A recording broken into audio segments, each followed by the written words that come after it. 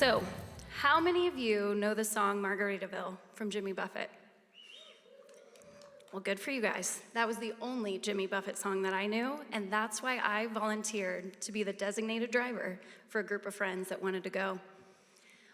My plan was get there, hang out for a minute, take off. But then a drunk parrot head stumbled up to us and said, "Does anyone need a free ticket?" My girlfriend said to me, "This is your sign to go."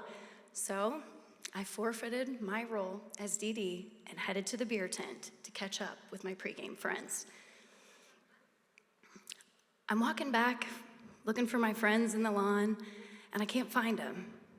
And wouldn't you know, I'm not paying attention to anything that is right in front of me. I run smack dab into someone. But not just any someone, a friend from college. A friend that my parents wanted me to date years earlier. Well, we laughed about running into each other, and he asked for my number. Being fresh off of a breakup, I panicked and ran off. Thankfully, though, he didn't give up. He got my number through mutual friends, and eventually, I went on a date with him. It was another concert, Tom Petty, July 10, 2010. And I know that date, not only because I love me some Tom Petty, but because that was also the day my grandparents asked me to stand up with them as they renewed their vows at church. It was so special being a part of their day. And as we were leaving the church, my grandma could tell I was antsy. She asked what I was up to later, and I told her I had a date. She said something really corny like, "Oh, he's gonna be so special." And I laughed, but she and my parents were right. That was my last first date. Tonight, I'm going to share with you a series of fortune events, things that have happened in my life that just seem to work out. So, let's fast forward 7 years. Josh and I are finally expecting.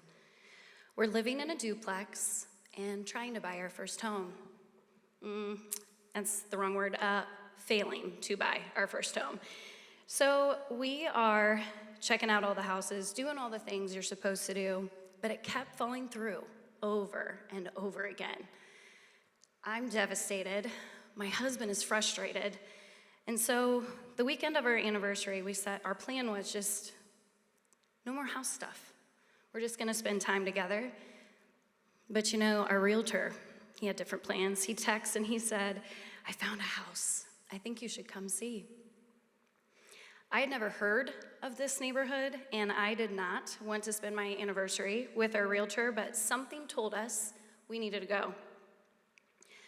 We set 1 foot inside of that house, and we knew it was home.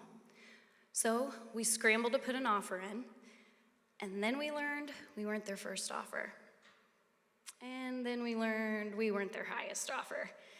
But we told them it was destiny seeing this house on our anniversary, and we promised to put that beautiful nursery to good use. Thankfully, they thought it was our destiny too and accepted our offer.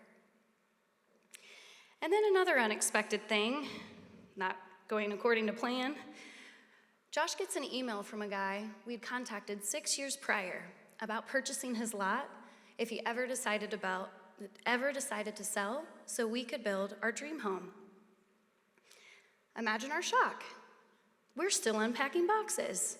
We still own a duplex, and we do not qualify for traditional financing.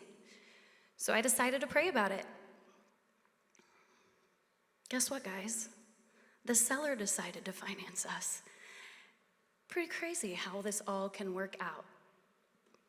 So I'm gonna switch gears here, another crowd participation. Who here has worked a job that eats your soul? I'm sorry that we're all in this club together, but that was me. The money was good. I was supposed to be saving for my dream house, but I couldn't do it. It was eating my soul. So I came across the perfect job online. And even though I was pregnant and the timing was terrible, I decided to go for it. Loved everything about it, the people, what I learned about the job. It was all so great. And then I didn't get it. I took it as a sign to stay where I was, and I'd figure it out on maternity leave.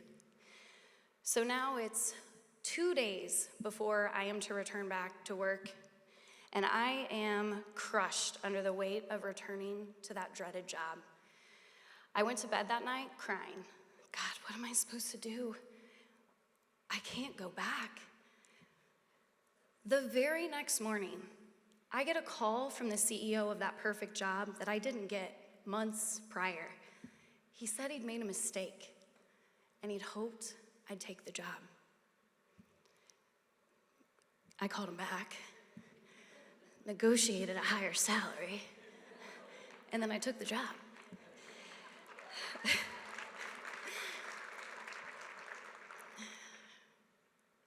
You know what? I had to really think about which stories, which fortunate events am I going to share with you all tonight? And then I was reminded, Rebecca said 7 minutes. So I'm going to keep this brief, but that job led me to incredible people. And when the company was acquired, I sought the advice from my mentor. I needed that outside perspective, and I told her I needed to find something else. Guess what she did, guys? She offered me her job. Can you believe that? A person I respect and admire, she was going to trust me to switch industries, switch companies, do all the things, and take her job. I can't believe it still, and I'm gonna celebrate 6 years with this organization, and I see them all right back there. Hey, Elements. I'm thrilled that they, Susan, my mentor, and so many people that I love and who have supported me through fortunate and unfortunate events are here tonight. This highlight reel of mine could go on, and now I know why. You see, I've always believed in God, but I used him. I used him as a backup plan and a last resort. Through this experience, I'm learning to rely on him for those big, scary milestones, but also for everyday guidance and decisions. I'm realizing the more I surrender to his plan, the more beautiful life becomes. And life isn't easy, it's hard.